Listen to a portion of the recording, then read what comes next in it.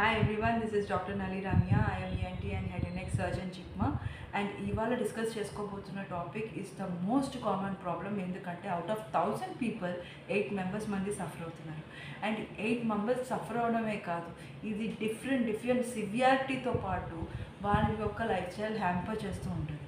And ఈ యొక్క problem ఎందుకు వస్తుంది, అసలు ఏం ట్రిగర్ చేస్తుంది, దీన్ని ఎలా ప్రివెంట్ చేయొచ్చు అనేది ఇవాళ టాపిక్. సో అసలు గ్యాస్ట్రైటిస్ అంటే ఏంటి? గ్యాస్ట్రైటిస్ అంటే మన స్టమక్కి మెడికల్ వర్డ్ గ్యాస్ట్రిక్ అంటే ఈ గ్యాస్ట్రిక్ ఐటిస్ అంటే ఇన్ఫెక్షన్ ఆర్ ఇన్ఫ్లమేషన్. మన ఒక ఓన్ ఇమ్యూనిటీయే దానికి స్టమక్కి అగెనిస్ట్ యాక్ట్ చేసి దానికి ఇన్ఫ్లమేషన్ కాజ్ చేస్తుంది అనమాట. సో దీనివల్ల వేరియస్ సిమ్టమ్స్ అండ్ ఈ అన్ని ప్రాబ్లమ్స్ అన్నీ కాజ్ చేసేది ఇది. ఎందుకు ఇలా అవుతుంది? ఎందుకంటే స్టమక్ చుట్టూ ఒక ప్రొటెక్టివ్ లేయర్ అంటూ ఒకటి ఉంటుంది. అది మ్యూకస్ మెంబ్రెయిన్ టైప్లో ఒక ప్రొటెక్టివ్ లేయర్ ఉంటుంది. ఇది ఏం చేస్తుంది, నార్మల్గా HCl ఉంటుంది మన స్టమక్లోని, హైడ్రోక్లోరిక్ యాసిడ్. ఈ హైడ్రోక్లోరిక్ యాసిడ్ పెనిట్రేట్ చేయకుండా మన స్టమక్ని ఈట్ చేసేయకుండా అది ప్రొటెక్ట్ చేస్తూ ఉంటుంది. ఈ బ్యారియర్ స్టమక్ బ్యారియర్ అంటారన్నమాట. ఇది ప్రొటెక్ట్ చేస్తూ ఉంటుంది మన స్టమక్ని. ఈ బ్యారియరే పోయిందనుకోండి, అప్పుడు మన ఓన్ యాసిడ్స్ని మన స్టమక్ని తినేస్తూ ఉంటాయి. సో ఈ స్టమక్ని ప్రొటెక్ట్ చేసేదే ఈ మ్యూకస్ మెంబ్రెయిన్. ఈ మ్యూకస్ లేయర్ ఎప్పుడైనా పోయింది అంటే ప్రాబ్లమ్స్ వస్తాయి. సో ఏవేమి కాజ్ చేస్తున్నాయి ఇవే అనేదే ఈ మెయిన్ థింగ్, గ్యాస్ట్రైటిస్ ఎలా కాజ్ అవుతుంది అని. సో ఒక్కొక్కసారి ఏమవుతుందంటే గ్యాస్ట్రైటిస్ అక్యూట్గా ఉండొచ్చు, క్రానిక్గా ఉండదు. అక్యూట్ అంటే సడన్గా వస్తుంది, ఒక రోజు 2 రోజులో ఉంటుంది, వెంటనే పోతుంది. అదే క్రానిక్గా ఉంటే మంత్స్ కూడా ఉంటుంది. అప్పుడు ఇవాల్యుయేట్ చేయాల్సి వస్తుంది, అసలు ఎందుకు వస్తుంది, ఏంటి వస్తుంది, అసలు దేనికి ట్రిగర్ అవుతుంది అనేది ఇవాల్యుయేట్ చేయాలి. మామూలుగా 1 or 2 days ఉన్నది కౌంటర్ మెడికేషన్స్తో తగ్గిపోతుంది. కానీ లాంగ్ పీరియడ్తో సఫర్ అయ్యే వాళ్ళకి మాత్రం ఇన్వెస్టిగేషన్స్ చేసుకోవడం మ్యాండేటరీ అన్నమాట. ఎందుకంటే అంత ఈజీగా ఎందుకు తగ్గట్లేదు, సింపుల్గా తగ్గదు, ఎందుకు మ్యూకోసల్ బ్యారియర్ ఎక్కడ పోయింది అనేది చూసుకోవడానికి. సో ఇది అనదర్ థింగ్, అసలు ఎందుకు ఈ గ్యాస్ట్రైటిస్ ప్రాబ్లం వస్తుంది. ఇన్ఫెక్షన్ అనేది one of the causes. H. pylori bacteria అనేది ఒకటి ఉంటుంది అనమాట. ఆ బ్యాక్టీరియా ఏంటంటే ఈ స్టమక్ మ్యూకోస్ని డ్యామేజ్ చేస్తూ ఉంటుంది. సో ఈ బ్యాక్టీరియా కానీ ఉన్నట్టయితే మోస్ట్ కామన్లీ గ్యాస్ట్రైటిస్ ఎక్కువ ఉండే ఛాన్స్ ఉంటుంది. అండ్ సెకండ్లీ వైరల్ ఇన్ఫెక్షన్స్ కూడా కాజ్ చేస్తాయి. ఫంగల్ ఇన్ఫెక్షన్, ఇమ్యూనిటీ డౌన్ అయిపోయినప్పుడు ఈ బ్యాక్టీరియల్ ఫంగల్ ఓరల్ థ్రష్ అంటారు, అంటే క్యాండిడియాసిస్ అంటారు. ఈ ఫంగల్ ఇన్ఫెక్షన్ స్టమక్ మొత్తం ఈ యొక్క ట్రాక్ అంతా ఇన్ఫెక్ట్ చేయొచ్చు, ఈవెన్ స్టమక్లో కూడా ఉండొచ్చు. సో ఈ యొక్క ఇన్ఫెక్షన్స్ ఐదర్ బ్యాక్టీరియా వల్ల అయినా అవ్వచ్చు, ఆర్ ఫంగస్ అయినా అవ్వచ్చు, ఆర్ వైరల్ ఇన్ఫెక్షన్స్ వల్ల కూడా అవ్వచ్చు. సో ఇన్ఫెక్షన్స్ కాజ్ ఏమంటే ఒక కాజ్. ఇంకో సెకండ్ కాజ్ ఆల్కహాల్. మనం ఆల్కహాల్ తీసుకుంటున్నప్పుడు ఏంటంటే pH ఆల్రెడీ ఎసిడిక్, ఈ pHని మార్చేస్తూ ఉంటుంది. ఈ pH మార్చుతున్నప్పుడు ఆల్కహాల్ సడన్గా మన మ్యూకోసల్ బ్యారియర్ అనేది డ్యామేజ్ అయిపోతుంది. So most of the people alcohol తాగిన వాళ్ళకి గ్యాస్ట్రిక్ ప్రాబ్లమ్తో సఫర్ అవుతూ ఉంటారు. అండ్ ఇంకోటి డ్రగ్ ఇండ్యూస్డ్. ఈ డ్రగ్ ఇండ్యూస్డ్ అంటే ఏంటి, కొన్నిసార్లు ట్యాబ్లెట్స్ ఇస్తున్నప్పుడు మీరు గమనించైతే కొన్ని ట్యాబ్లెట్స్తో పాటు యాంటీ గ్యాస్ట్రిక్ ట్యాబ్లెట్స్ కూడా ఇస్తూ ఉంటాం. సో కొన్ని ట్యాబ్లెట్స్ ఏంటంటే పెయిన్ కిల్లర్స్, ఎనసైడ్స్ అంటాం అన్నమాట.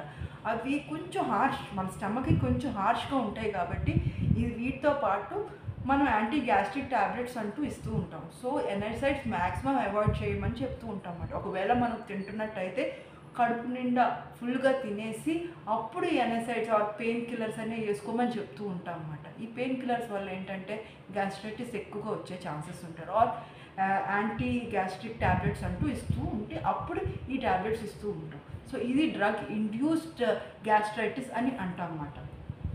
తర్వాత ఇంకోటి ఏంటంటే stress induced gastritis. Stress induced gastritis ఏం చేస్తూ ఉంటుంది అంటే స్ట్రెస్ వల్ల ఏంటంటే మన కార్టిసాల్ లెవెల్, స్ట్రెస్ హార్మోన్ పెరుగుతూ ఉంటుంది, దానివల్ల యాసిడిటీ పెరుగుతూ ఉంటుంది. సమ్టైమ్స్ ఏంటంటే స్ట్రెస్ ఎక్కువ అవ్వడం వల్ల కూడా బ్లడ్ సప్లై స్టమక్ కూడా తగ్గుతూ ఉంటుంది, దానివల్ల కూడా గ్యాస్ట్రైటిస్ వస్తూ ఉంటుంది. సో ఈ స్ట్రెస్ ఎక్కువ టెన్షన్ పడేవాళ్ళు, ఎక్కువగా మైండ్ అంతా వర్క్ ప్రెషర్ మీద ఎక్కువ పెట్టుకున్న వాళ్ళకి ఈ స్ట్రెస్ ప్రాబ్లం వల్ల గ్యాస్ట్రైటిస్ ఎక్కువగా వచ్చే ఛాన్సెస్ ఉంటుంది. ఇంకోటి auto immune diseases. Auto immune diseases అంటే ఏంటంటే ఇది బేసిక్గా చిన్నప్పటి నుంచి అయినా రావచ్చు, ఆర్ మధ్యలో కూడా రావచ్చు. మన ఓన్ బాడీ ఇమ్యూన్ సిస్టమ్ మనకి ప్రొటెక్ట్ చేస్తూ ఉంటుంది. నార్మల్గా ప్రొటెక్ట్ చేసే ఇమ్యూన్ సిస్టము మన సెల్స్కి అగేనిస్ట్కి వెళ్ళినప్పుడు అది ఆటో ఇమ్యూన్ డిజీజ్ అంటాం అన్నమాట. ఈ ఆటో ఇమ్యూన్ డిజీజ్ వల్ల మన ఓన్ స్టమక్ సెల్సే మనకి ప్రాబ్లం అవుతాయి. అప్పుడు ఏంటంటే ఈ మ్యూకోసల్ బ్యారియర్ ఈ సెల్స్ని అది ఇంజూర్ చేసి అప్పుడు గ్యాస్ట్రైటిస్ అనే ప్రాబ్లం అనేది కాజ్ చేస్తూ ఉంటుంది.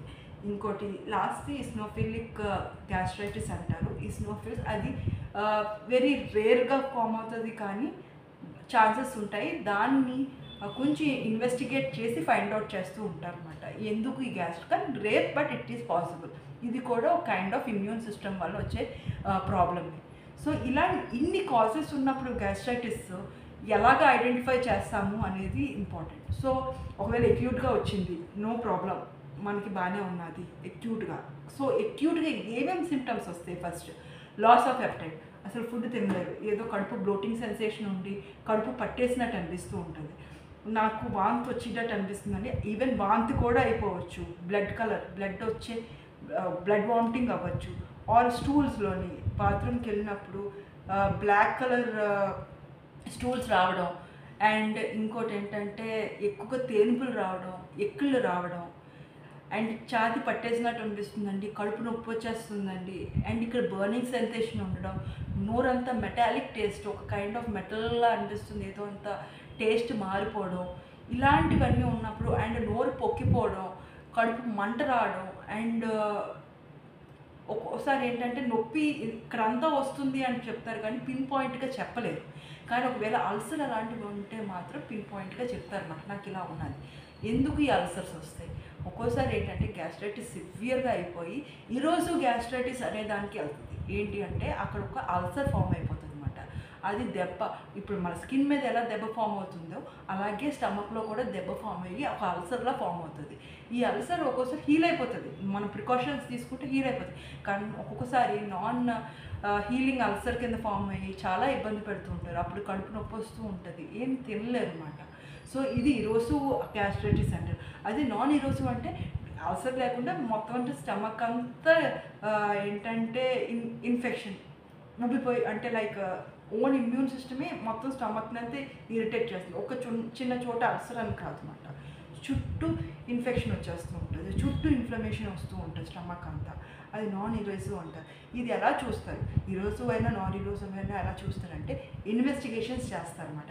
ఈ ఇన్వెస్టిగేషన్స్ ప్రకారం తెలుస్తూ ఉంటుంది. ఫస్ట్ ఏంటంటే వచ్చిన వెంటనే నార్మల్గా చూస్తారు, ఏంటి ప్రాబ్లమ్స్ ఏంటి అని. తర్వాత ఏంటంటే స్టమక్లోని అప్పర్ జిఐ ఎండోస్కోపీ అనేది పంపిస్తారు అనమాట. అంటే కెమెరా పెట్టి టీవీలో చూసి ఏంటి ఎలా ఉంది, స్టమక్ మ్యూకోసల్ లేయర్ ఎక్కడ ఉంది, ఎలా ఉంది, ఎలాగా ఎక్కడైనా అల్సర్స్ ఉన్నాయా, ఏమైనా డిఫ్యూజ్గా ఏమైనా ప్రాబ్లం ఎక్కడుంది అనేది టీవీలో రికార్డ్ చేస్తారన్నమాట. దాని ప్రకారం ఈ యొక్క మ్యూకోసల్ లేయర్ అంతా చూసి టిష్యూ అంతా బాగానే ఉన్నదా అని చూస్తారు. అదే ఇంకోసారి ఏమవుతుంది అంటే ఏమైనా స్మాల్గా చిన్న ఇబ్బందిగా ఉంది, అసలు క్రానిక్గా ఉంది, చాలా అసలు హీల్ అవ్వట్లేదు అంటే బయాప్సీ కూడా తీసి పెథాలజీ ల్యాబ్కి పంపిస్తారు. సో దట్ అసలు ఏంటి ప్రాబ్లం, ఇస్నోఫిలిక్ గ్యాస్ట్రైటిసా, ఏమైనా ప్రాబ్లం ఉందో. ఆర్ ఈవెన్ సమ్టైమ్స్ ఏంటంటే కంటిన్యూస్గా గ్యాస్ట్రైటిస్ ఉన్నప్పుడు క్యాన్సర్ కూడా ప్రీడిస్పోజ్ అవుతుంది.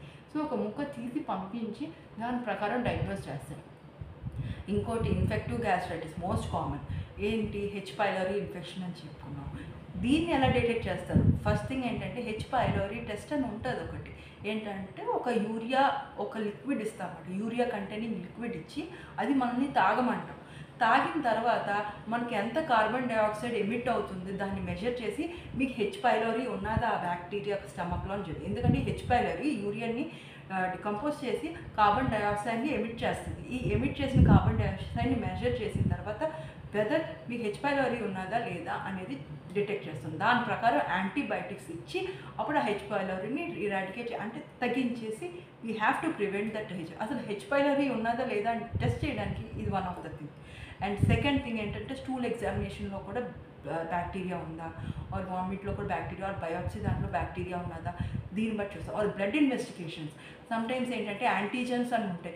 మనం స్టమక్లోని ఇవన్నీ బ్యాక్టీరియా ఉన్నప్పుడు సమ్టైమ్స్ ప్రొటెక్టివ్ ఇమ్యూనోగ్లోబులిన్స్ అంటారు, ప్రొటెక్టివ్ సెల్స్ ఉంటాయి అన్నమాట మన యొక్క బ్లడ్లో. ఈ ప్రొటెక్టివ్ సెల్స్ ఏంటంటే కొన్ని సబ్స్టెన్స్ని ప్రొడ్యూస్ చేస్తాయి, యాంటీబాడీస్ అని. అవి వెళ్ళి స్టమక్లో ఉన్న ఆ బ్యాక్టీరియాని చంపేస్తూ ఉంటుంది. ఎంతవరకు ఈ యాంటీబాడీస్ ఉన్నాయి మన బ్లడ్లో అనేది డిటెక్ట్ చేయడానికి బ్లడ్ టెస్ట్ చేస్తూ ఉంటారు.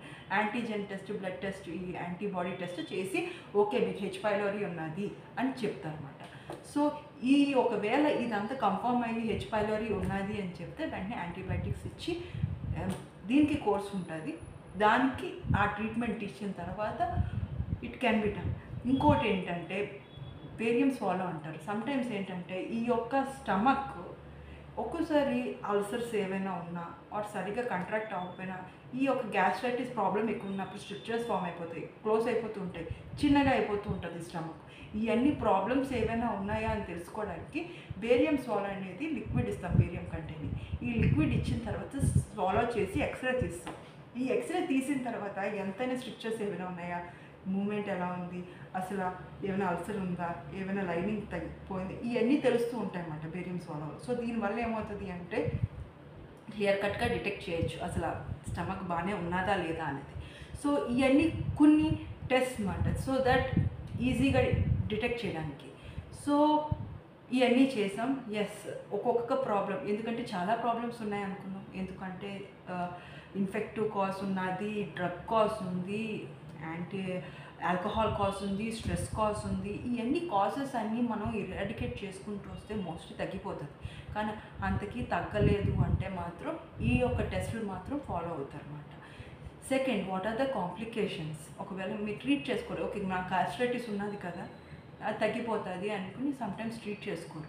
అప్పుడు ట్రీట్ చేసుకున్నప్పుడు ఏమవుతుంది, మనకి ఈ స్టమక్ మ్యూకోసా అంతా డ్యామేజ్ అయిపోతూ ఉంటుంది, కంటిన్యూస్గా డ్యామేజ్ అయిపోతున్నప్పుడు ఏమవుతుందంటే విటమిన్స్, మినరల్స్ అనేది అబ్జార్బ్ చేసుకునేది స్టమక్. ఈ స్టమక్ అబ్జార్బ్ చేసుకోలేనప్పుడు vitamin B is one of the important అన్నమాట హిమోగ్లోబిన్ మెయింటైన్ చేయడానికి. సో విటమిన్ బిని అలా ఐరన్ ఇవన్నీ అబ్జార్బ్ అవ్వకుండా ఎనీమియా రావచ్చు. సో మీ యొక్క హిమోగ్లోబిన్ తగ్గిపోవచ్చు, ఇమ్యూనిటీ తగ్గిపోతూ ఉంటుంది. సమ్టైమ్స్ బ్లడ్ అంతా పోతూ ఉంటుంది, వామిటింగ్లో కూడా బ్లడ్ రావచ్చు. కాబట్టి బ్లడ్ పోతూ కింద నుంచి కూడా బ్లడ్ పోతూ ఉంటుంది బాత్రూమ్ నుంచి. సో దాన్ని ఏంటంటే మెలీనా అంటారు అనమాట. ఇలా కూడా పోతున్నప్పుడు ఏంటంటే హిమోగ్లోబిన్ తగ్గిపోతుంది, ఇమ్యూనిటీ తగ్గిపోతే నీరసం అయిపోతారు.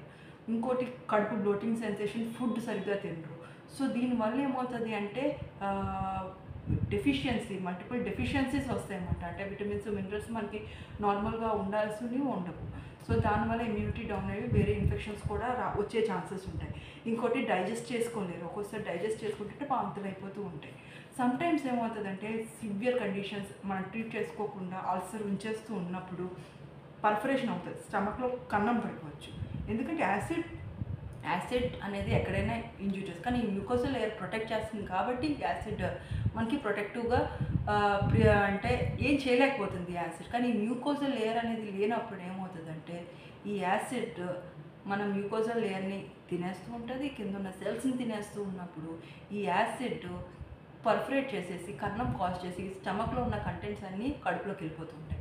ఈ కడుపులోకి వెళ్ళినప్పుడు సివియర్గా ఫామ్ అయినప్పుడు పెరిటోనైటిస్ అంటామన్నమాట. అంటే స్టమక్ అంతా ఇన్ఫెక్షన్ వచ్చేసినట్టు ఉబ్బిపోతూ ఉంటుంది.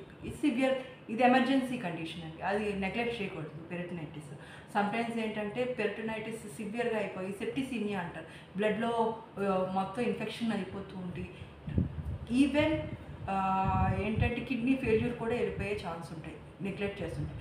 అంత సివియర్గా ఉండదు, కానీ సివియర్గా ఉంటున్నప్పుడు నెగ్లెక్ట్ చేసే వాళ్ళకి దీస్ ఆర్ ద కాంప్లికేషన్స్ ఉన్నాయని ఇండికేషన్స్ ఉన్నాయి కాబట్టి చెప్తున్నాం. సో గ్యాస్ట్రైటిస్ అనేది నెగ్లెక్ట్ చేయకండి. సో ఇది ఎలాగా మనం ప్రివెంట్ చేసుకోవచ్చు? దే ఆర్ మల్టిపుల్ మెడికేషన్స్ ఉన్నాయి. అవి ఏంటి అంటే ప్రోటీన్ పంప్ ఇన్హిబిటర్స్ అంటాం. అంటే లైక్ మీకు తెలిసే ఉంటుంది టెపాంటాప్ అండ్ ప్రోటీన్, ఈ యొక్క రాబిప్రోజోల్, ప్యాంటప్రోజోల్, ఈ ట్యాబ్లెట్స్ అంటూ ఇస్తూ ఉంటారు. అంటే ఫస్ట్ మనం చూసుకుంటాం అసలు కాజెస్ ఏమైనా ఉన్నాయా లేదా అని. అప్పుడు ఉంటే అప్పుడు ఈ ట్యాబ్లెట్స్ అంటూ ఇస్తాం, ప్యాంటప్రోజోల్, రాబిప్రోజోల్. ఒక్కోసారి ఏంటంటే హెచ్ ఇన్హిబిటర్స్ అంటాం అన్నమాట. అదేంటంటే ఆ ట్యాబ్లెట్స్ కూడా ఇస్తూ ఉంటాం అన్నమాట. ఈ ట్యాబ్లెట్స్ వల్ల కూడా తగ్గలేదు అన్నప్పుడు ఏం చేస్తూ ఉంటాము అంటే లైక్ లైఫ్ స్టైల్ మోడిఫికేషన్స్ అంటూ ఉంటాయి. We have to see the lifestyle modifications కూడా. ఏంటి అంటే మనం ఈ యొక్క స్ట్రెస్, ఆల్కహాల్ డిక్రీజ్ చేయడం ఇవన్నీ చూసుకుంటున్నప్పుడు డ్రగ్స్ కూడా, ఏ ట్యాబ్లెట్స్ వల్ల కూడా ఎసిడిటీ కాజ్ ఇవన్నీ తీసేసిన తర్వాత మనం ఈ ట్యాబ్లెట్స్తో చేసినప్పుడు వేరియస్ సిరప్స్ కూడా ఉంటాయి. ఏంటంటే మెగ్నీషియం ఆక్సైడ్ అని ఉంటుంది, ఇంకోటి కాల్షియం కార్బోనేట్స్ లిక్విడ్, ఇంకోటి సుక్రాల్ఫేట్ అంటారు కదా, అవి it is made up of composition అనమాట.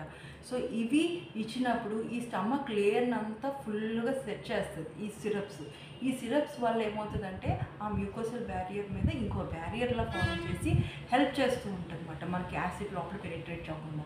ఇంకోటి ప్రోటీన్ పంప్ ఇన్హిబిటర్స్ అంటున్నాం. ఈ టాబ్లెట్స్ ఏం చేస్తుందంటే ఈ యాసిడ్, HCl అనేది యాసిడే కదా, మరి ప్రోటీన్, హెచ్ ఇస్ ప్రోటీన్, అంటే ప్రోటీన్ పంప్ ఇన్హిబిటర్. ఇది ఏంటంటే ఈ హెచ్ని బయటకు రాకుండా చేస్తుంది అనమాట. సో దట్ ఈ క్లోరిన్తో యాక్ట్ చేయకుండా HClని కలపకుండా హైడ్రోక్లోరిక్ యాసిడ్ రాకుండా ట్రై చేస్తుంది. సో ఈ హైడ్రోక్లోరిక్ యాసిడ్ రాకుండా ఉన్నప్పుడు యాసిడ్ తగ్గిపోతూ ఉంటుంది. సో ఈ ప్రోటీన్ పంప్ ఇన్హిబిటర్స్, ఈ యొక్క సిరప్స్ రెండు కలిపి ఎప్పుడు తీసుకోకూడదు. ఎందుకంటే ఇది ఆల్రెడీ లైనింగ్ ఫామ్ చేసేస్తుంది కాబట్టి ఈ సిరప్స్ ఈ ప్రోటీన్ పంప్ ట్యాబ్లెట్ వేసుకుంటున్నప్పుడు అది కూడా వెళ్ళదు లోపలికి. సో ఎప్పుడైనా ఈ ట్యాబ్లెట్స్ అయినా సిరప్ అయినా ఇచ్చినప్పుడు ఈ రెండింటికి మధ్యన గ్యాప్ అట్లీస్ట్ 1 or 2 hours ఉండేటట్టు చూసుకుంటాం అన్నమాట. సో దట్ ఈ రెండు యాక్ట్ చేస్తాయని. So most of the problems దీనివల్ల తగ్గిపోతాయి. కానీ bacterial infection, viral infection and ఏమైనా ఫంగల్ ఇన్ఫెక్షన్ ఉన్నది అంటే దాని స్పెసిఫిక్గా మనం ట్రీట్మెంట్ చేస్తాం. ఏంటంటే లైక్ ఒకవేళ H. pylori ఇన్ఫెక్షన్ ఉంటే యాంటీబయాటిక్స్ ఇస్తాం, ఆర్ ఫంగల్ ఇన్ఫెక్షన్ అంటే యాంటీ ఫంగల్స్ ఇస్తాం. అది చూసిన తర్వాత వేరియస్ ఇన్వెస్టిగేషన్స్ మనం అనుకున్నాం కదా, అది చేసిన తర్వాతే మనం కన్ఫర్మ్ చేస్తాం అన్నమాట. ఓకే, ఈ ప్రాబ్లం వల్ల గ్యాస్ట్రైటిస్ వస్తుంది, దీంతో కంట్రోల్. ఈ మెయిన్ గ్యాస్ట్రైటిస్ దేనివల్ల వస్తుంది అని ఐడెంటిఫై చేస్తే మోస్ట్ ఆఫ్ ద ప్రాబ్లం అంతా సాల్వ్ అయిపోతుంది. What is the main thing? Life style modification. ఈ లైఫ్ స్టైల్ మోడిఫికేషన్స్ అనేది కొంచెం జాగ్రత్తగా చూసుకోవాలి. ఎందుకు అంటే మోస్ట్ కామన్ కాజ్ ఏంటంటే కాఫీలు, టీలు ఎక్కువ తాగేస్తూ ఉంటారు. దీనివల్ల కూడా గ్యాస్ట్రైటిస్ ఎక్కువగా వస్తుంది. సో కొంచెం గ్యాస్ట్రిక్ ప్రాబ్లం ఉన్న వరకు coffee, tea and dark chocolates, ఎందుకంటే chocolates, oily foods, spicy foods ఇవన్నీ తగ్గించాలి. ఎందుకంటే మనకి స్టమక్కి నుంచి ఈసోఫాగస్ అంటారు, ఫుడ్ పైప్ ఉన్నది కదా, ఈ ఫుడ్ పైప్కి ఈ స్టమక్కి ఒక స్పింటర్లా కనెక్ట్ చేస్తూ ఉంటుంది. ఇది రిలాక్స్ అయిపోతూ ఉంటుంది ఆయిలీ ఫుడ్స్తో. సో ఈ రిలాక్స్ అయిపోయినప్పుడు స్టమక్ నుంచి ఇది ఫుడ్ పైప్ బయటకు వచ్చేస్తూ ఉన్నప్పుడు యాసిడ్ నోరంతా ఇదంతా మండిపోతూ ఉంటుంది.